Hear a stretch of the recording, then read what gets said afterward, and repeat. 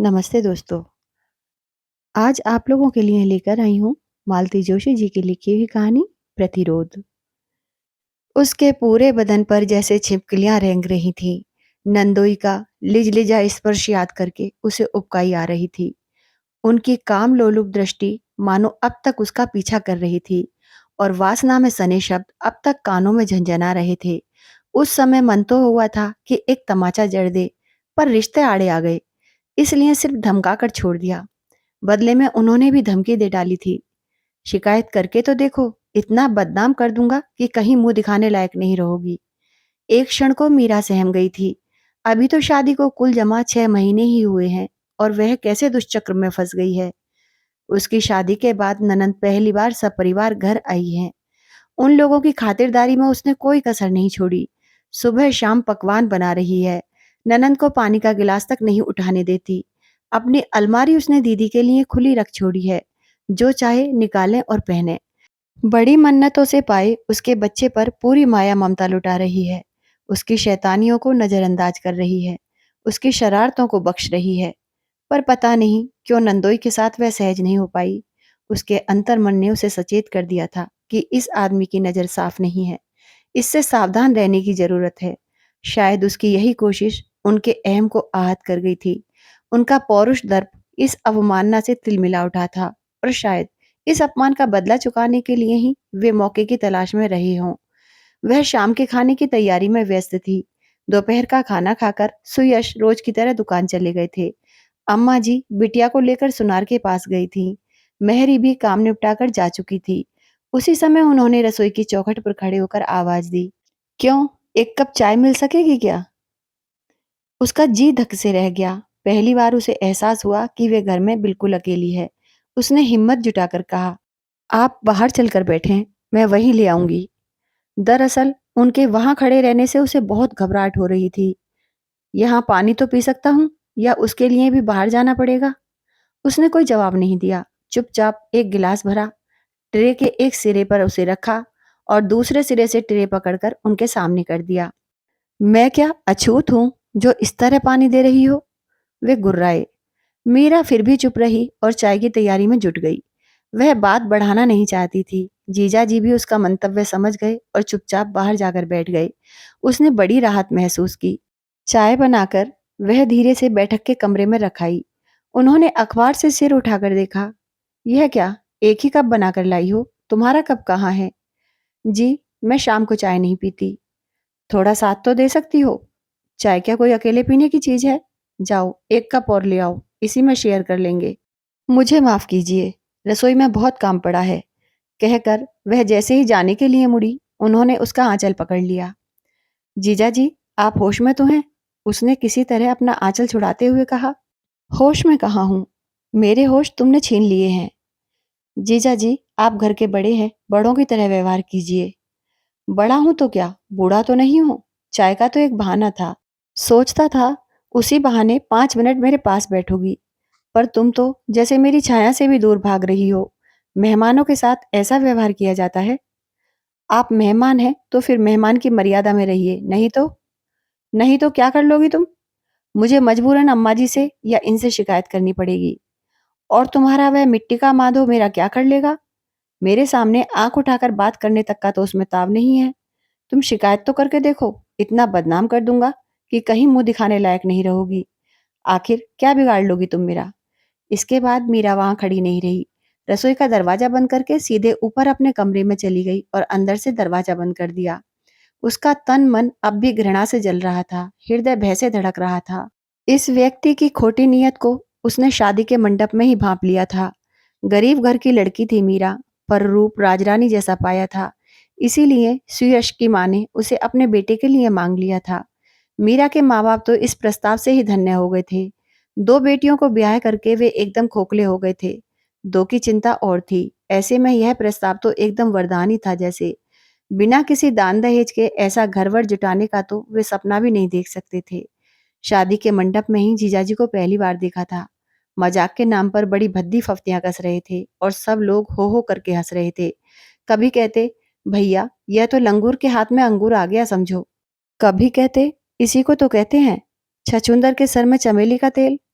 दीदी से बोले, यह भी हमारी तरह मावस पूनों की जोड़ी है, बस भूमिकाएं कुछ बदल गई हैं। दीदी बेचारी कटकर रह गई थी। घर आते ही अम्मा जी से बोले, अम्मा, यह काम आपने बहुत अच्छा किया, आपकी आने वाली नस्लें सुधर जाएंगी। मीरा ने देखा था कि जीजाजी की हर टिप्पणी पर सुयश का चेहरा बुझ जाता था। पहले तो उसे हैरानी हुई थी कि कोई भी इस व्यक्ति को घुड़कता क्यों नहीं है, क्यों सब लोग इसकी बेजा हरकतें बर्दाश्त किए जा रहे हैं। बाद में पता चला कि ये इस घर के दामाद हैं, इनकी हर बात जायज है। तभी से इस व्यक्ति के प्रति मन में एक वितृष्णा, एक जुगुप्सा का भाव उपजा था। अब तो उसके साथ भय और क्रोध भी जुड़ गया था। उनके सामने जाने की इच्छा नहीं हो रही थी। करीब 7 बजे माँ बेटी बाजार से लौटी। अपनी आंखों से उन्हें रिक्शे से उतरते हुए देखने के बाद ही वह कमरे से बाहर आई। उन लोगों के आते ही जीजाजी बाहर चले गए। जाते हुए कह गए कि खाने पर इंतजार मत करना, किसी दोस्त के साथ कार्यक्रम है। मीरा ने राहत की सांस ली। उसने फटाफट खाना बनाया, सास ननद को खिलाया और कमरे में आकर लेट रही। पति की प्रतीक्षा रोज ही करती थी, पर आज दरवाजा खुला रखने का साहस नहीं हुआ उसे। किताब पढ़ते पढ़ते कब आंख लग गई पता ही नहीं चला।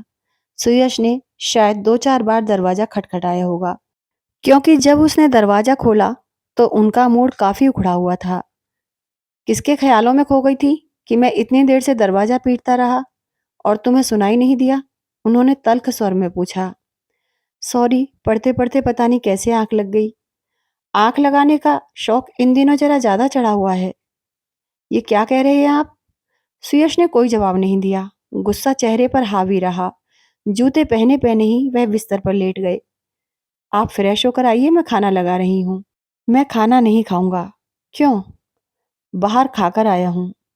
वह कहना चाह रही थी कि खाकर आए हैं तो क्या हुआ, मेरे साथ 2 कौर खा लीजिए, पर उनका मूड देखकर चुप रह गई। पलंग पर उनके सामने बैठकर उसने बात शुरू करने की गरज से कुछ बोलना शुरू ही किया था कि वह चीख कर बोले, लीव मी अलोन, मेरे सामने नौटंकी मत करो। मीरा स्तब्ध रह गई। इतना गुन्ना आदमी इतनी कड़वी कठोर बात कैसे कह गया? मीरा जानती है कि सुयश हमेशा एक हीन भावना से ग्रस्त रहते हैं। वे अपने को मीरा के योग्य नहीं समझते। पता नहीं कैसे उनके मन में यह बात बैठ गई है कि मीरा ने परिस्थिति से मजबूर होकर ही शादी के लिए हाँ की होगी। यह एहसास उन्हें बेचारा सा बना देता है। वे कभी खुलकर अपनी कोई बात नहीं कहते, किसी तरह की फरमाइश नहीं करते। उसने कभी उनकी ऊंची आवाज नहीं सुनी। फिर वे आज अचानक इतने आक्रामक कैसे हो गए? उसका मन एकदम चौकन्ना हो गया। कहीं यह सब नंदोई की करतूत तो नहीं है? बाहर कहाँ खाया? होटल में? साथ में कौन था? क्या फौजदारी करोगी जो इतने सवाल दाग रही हो? अच्छा जाने दीजिए, एक बात बताइए, आपके जीजाजी आपके लिए पूजनीय हो सकते हैं, पर क्या वह विश्वसनीय भी हैं? सुयश एकदम चौंक कर उठ बैठे। जीजाजी को बीच में क्यों ला रही हो? आप उन्हीं के साथ गए थे ना? सुयश चुप रह गए। उनका मौन ही स्वीकृति था। उन्होंने मुझे धमकी दी थी कि अगर मैंने उनकी शिकायत की तो वे मुझे बदनाम कर देंगे, लेकिन वे इतने कायल निकले कि उन्हें मेरे शिकायत करने तक भी सब्र नहीं हुआ। उन्होंने पहल करने में ही अपनी कुशलता समझी। मैं अभी आई। कहाँ जा रही हो? उस आदमी को उसकी औकात तो दिखा दूं। वैसे यह काम आपको करना चाहिए था, पर जब आपको अपनी कुंठाएं सहलाने से ही फुर्सत नहीं है, तो अपनी लड़ाई मुझे ही लड़नी होगी। सुनो, बेकार का तमाशा मत करो। और वे जो मेरा तमाशा बनाने पर तुले हुए हैं, मुझे बदनाम करने की धमकी दे रहे हैं और कर रहे हैं। वह दंदनाती हुई सीढ़ियां उतर गई। मेहमानों का कमरा खाली था। अम्मा जी के कमरे में बैठक जमी हुई थी। अम्मा अपने बड़े से पलंग पर बैठकर छालियां कतर रही थी। लालन को गोद में लेकर बिटिया रानी पास ही बैठी थी। जमाई राजा पान चबाते हुए सामने कुर्सी पर बैठे थे। वे अपनी लफाजी झाड़ रहे थे और माँ बेटी तन्मयता से उन्हें सुन रही थी। अम्मा, आपने बड़ी गलती की, बस गोरा रंग देखा और रीझ गईं। अरे, पहले कुशलशील देखती, फिर लड़की घर में लाती। ये छोटे घरों की लड़कियां रासलीला रचाने में बड़ी माहिर होती हैं। वो तो आपके आशीर्वाद से मैं बच गया, वरना मैं तो ठगी गई बेटा। हीरा समझकर कांच उठा लाई, मुझे क्या पता था। अम्मा बोलते बोलते एकाएक रुक गईं। उन्होंने दरवाजे पर खड़ी मीरा को देखा। कुछ देर को कमरे में सन्नाटा छा गया। सबकी नजरें अपनी ओर उठती देखकर मीरा मंथर गति से कमरे में चली आई और सास के पलंग के पास खड़ी हो गई। ये किसकी रासलीला का वर्णन हो रहा है जीजाजी? जरा हम भी तो सुनकर देखें। उसने स्पष्ट देखा कि सास और ननंद ने घृणा से मुंह फेर लिया है और जीजाजी अपनी कुर्सी पर बैठे कसमसा रहे हैं। आपने बताया नहीं जीजाजी किस रासलीला का बखान हो रहा था? सब तुम्हारी तरह बेशर्म नहीं होते, समझी? तुम्हें करते लाज नहीं आई। पर वे बेचारे कहते हुए भी झिझक रहे हैं। मीरा ने सास की टिप्पणी पर कोई ध्यान नहीं दिया। वह एकटक नंदोई को घूर रही थी। आखिरकार जब उसकी दृष्टि का ताप सहा न गया तो वे उठ खड़े हुए। अम्मा मैं चलता हूँ, जिस तिसके मुंह लगने की मेरी आदत नहीं है। ऐसे कैसे चले जाएंगे जीजाजी? उसने लपक कर उनका हाथ पकड़ लिया और ननंद की गोद में लेटे बेटे के सिर पर रखकर कहा, अब बोलिए जीजाजी, आप अम्मा जी को जो गाथा सुना रहे थे, क्या वह सच है? जीजाजी के माथे पर पसीना छलक आया। पिछले 3-4 दिनों से वे जिस स्पर्श के लिए लालायित थे, वह आज वज्र की तरह कठोर और अग्नि की तरह दाहक लग रहा था। मीरा की मुट्ठी में पड़ा उनका हाथ मानो नागपाश में जकड़ गया था। झूठ बोलना बहुत सरल होता है जीजाजी, पर सच बोलने के लिए हिम्मत की जरूरत होती है, और वह आप में नहीं है। मैं क्या तुमसे डरता हूं? तो बोलिए ना। खबरदार। छाया अचानक इतनी जोर से दहाड़ी कि सभी चौंक पड़े। बेटे के सिर पर रखा पति का हाथ उसने इतनी जोर से झटक दिया कि वे और मीरा दोनों गिरते गिरते बचे। खबरदार, जो मेरे बेटे की झूठी कसम खाई, उसने फुफकारते हुए कहा। यह बच्चा मैंने सैत मैत में नहीं पाया है। सैकड़ों देवी देवताओं की चौखट पर माथा रगड़ा है, तब कहीं यह मेरी गोद में आया है। इसे मैं तुम्हारी काली करतूतों की बलि नहीं चढ़ने दूंगी। क्या बक रही हो? तुम्हारा दिमाग तो ठीक है? वे गुर्राए। मुझे आंखें मत दिखाओ। मैं कोई गलत नहीं कह रही हूँ। अपने घर को तो नरक बना ही दिया है, अब यहाँ भी गंदगी फैला रही हो। तुमने क्या समझा कि तुम्हारी बाबज की तरह दुनिया की हर औरत इतनी कमजोर है? चुप कर बिट्टी, अम्मा बोली। नहीं अम्मा, मैं अब चुप नहीं रहूंगी। मैं अब तक होठ सीकर खून के घूंट पीती रही हूँ, पर अब पानी सर से ऊपर हो गया है। जानती हो, मेरा देवर 6 महीने के लिए विलायत गया तो इन्होंने उसकी बहू को पटा लिया। अभी दूसरों का बखान कर रहे थे, भूल गए कि मेरे घर में मेरी आंखों के सामने रासलीला रचाते रहे हैं। उससे जी नहीं भरा तो अब मेरे भाई के घर में सेंध लगाने चले आए हैं, पर मैं अपने जीते जी यह नहीं होने दूंगी, ध्यान रखना। अम्मा, अपनी बेटी को समझा लीजिए, वरना बहुत बुरा होगा। अम्मा जी ने एकदम हाथ ही जोड़ लिए। जमाई जी, आपके हाथ जोड़ती हूँ, आप कृपा करके इस समय यहाँ से चले जाइए। हमने आपके पैर पूजे हैं, ऐसा ना हो कि हम लोगों से कोई बेअदबी हो जाए। अम्मा ठीक कह रही हैं। सुयश पता नहीं कहाँ से एकदम प्रकट हो गए थे। आप बाइज्जत यहाँ से चले जाएं, इसी में आपकी भलाई है। अच्छा, तो अब चींटी के भी पर निकल आए हैं। ठीक है, अपनी गली में तो कुत्ता भी शेर होता है, लेकिन यह अपमान मैं भूलूंगा नहीं, याद रखना। आप यह भी याद रखिएगा कि आपकी लड़ाई मुझसे है, मेरी बहन से नहीं। उसकी ओर आपने उंगली भी उठाई तो मुझसे बुरा कोई नहीं होगा। सुयश का आवेश देखकर जीजाजी तो क्या, सभी लोग चकित थे। पहली बार उन्होंने जाना कि चंदन भी कभी कभी आग दे सकता है। जीजाजी तो भीतर तक तिलमिला गए थे, पर अपना क्रोध पीने पर उन्हें मजबूर होना पड़ रहा था। वे पैर पटकते हुए दरवाजे तक गए, फिर पीछे मुड़कर दांत पीसते हुए पत्नी से बोले, अब चलोगी भी या और कुछ सुनना बाकी रह गया है? मैं अब उस नरक में लौट कर नहीं जाऊंगी। तो क्या यहाँ रहकर भाई भाभी की झूठन पर पलोगी? झूठन पर क्यों? सुयश ने कहा। यह घर उसका भी है, आधे की वह भी हकदार है, यहाँ मालकिन बनकर रहेगी। ठीक है, शौक से रही, पर 4 दिन बाद रोते हुए मेरे पास आएगी तो मैं नहीं रखूंगा, कह देता हूँ। उनके जाते ही कमरे में एक भीषण सन्नाटा छा गया। केवल मेहमानों के कमरे से सामान के उठापटक की आवाज आती रही। घटनाक्रम को देखकर मीरा तो जैसे पत्थर ही हो गई थी। उसकी बात तो जैसे हाशिए पर चली गई थी और एक नई समस्या सामने खड़ी हो गई थी। छाया एकाएक ज्वालामुखी की तरह फट पड़ी थी। वर्षों से संचित आक्रोश बाहर निकल पड़ा था और उस आवेग में पता नहीं कितना कुछ बह गया था। उसे अब लौटाया नहीं जा सकता। थोड़ी देर बाद सदर दरवाजे की आवाज आई। इस घर का परम आदरणीय अतिथि अनावृत होकर जा चुका था। उस असहनीय नीरवता को मीरा ने ही तोड़ा। ननंद के दोनों हाथ हथेली में लेकर बोली, मुझे माफ करना दीदी, मेरी वजह से इतना बड़ा कांड हो गया। आपका घर छिन गया, पर क्या करूं, इतना बड़ा झूठ मैं बर्दाश्त नहीं कर पाई। उसका अफ़सोस मत करो मीरा, वह घर मेरा कभी नहीं था। तुम क्षण भर को एक झूठ बर्दाश्त नहीं कर पाईं। मैं तो इतने बड़े झूठ में बरसों से जी रही हूँ। कितनी दिलेर हूँ ना मैं। सचमुच आपकी बहादुरी की तो दाद देनी पड़ेगी। मैं तो हैरान हूँ कि आप इतने दिनों तक यह अनाचार कैसे सहती रहीं? क्यों सहती रहीं? औरत को बहुत कुछ सहना पड़ता है मीरा। पर क्यों? नहीं दीदी, पति भक्ति का मतलब यह तो नहीं होता कि उसकी जायज़, नाजायज़ सारी बातों को अनदेखा किया जाए। क्या करूँ? मुझे हमेशा यही एहसास कचोटता रहा कि मैं उनके लायक नहीं। इसी एहसास ने मुझे कभी खुलकर बोलने नहीं दिया। और यह एहसास आपके भीतर किसने पैदा किया? आपके पति परमेश्वर ने ही ना।